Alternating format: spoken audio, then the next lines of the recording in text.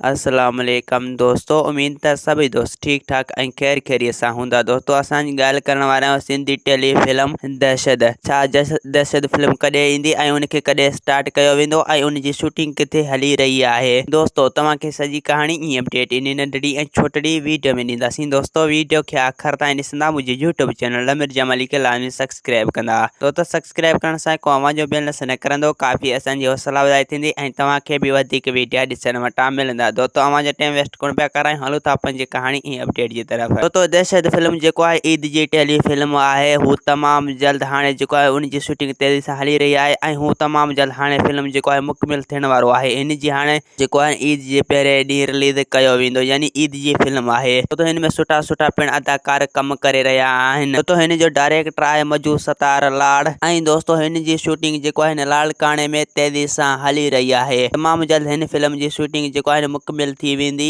ऐं पोइ इनखे पहिरें ॾींहुं ईद जी रिलीज़ कयो वेंदो, यानी राति जो 7 वॻे ईद जी पहिरें ॾियारे ते रिलीज़ कयो वेंदो। ऐं दोस्तों हिन हिकु सिंध टीवी जो बहितरीन अदाकार बाबू खरोड़ साहब, उहो बि हिन फिल्म में कमु करे रहियो आहे। तमामु ज़बरदस्त एक्टर आहे। तो जंहिं पत्थर दिल में लाल खान जो कैरेक्टर अदा कयो, उहो ई अदाकार हिन ड्रामे में कमु करे रहियो आहे ऐं उन जाफ़र जे नाले सां कैरेक्टर अदा कयो हो। दोस्तों दहशत फिल्म जेको आहे हिकु बहितरीन फिल्म आहे, उनजी तेज़ी सां शूटिंग हली रही आहे लाड़काणे में। उनजी हाणे तमामु जल्द शूटिंग मुकमिल थींदी ऐं उनखे पोइ ईद जे पहिरें ॾियारे रिलीज़ कयो वेंदो। उन में सुठा सुठा पिण अदाकार कमु करे रहिया आहिनि, मजू सतार लाड़ ऐं ॿिया सिंध जा नाले वारा अदाकार पिण हिन ड्रामे में कमु करे रहिया आहिनि। तो सुठा सुठा एक्टर इन फिल्म में कमु करे रहिया आहिनि, यानी ही फिल्म जेको आहे ईद जे पहिरें ॾियारे ते रिलीज़ कयो वेंदो। तमामु बहितरीन फिल्म आहे ऐं दोस्तों हिन फिल्म जी कहाणी बि सुठी आहे ऐं डायरेक्टर कहाणी बि सुठी लिखी आहे। दोस्तों हिन फिल्म जो नालो आहे दहशत। तमामु ज़बरदस्त फिल्म आहे। दोस्तों उम्मीद है त कहाणी आई हूंदी, अव्हांखे पसंदि। असांखे ॾींदा हाणे इजाज़त, वरी तव्हां सां मिलंदासीं कि नई वीडियो में। ख़ुदा हाफ़िज़।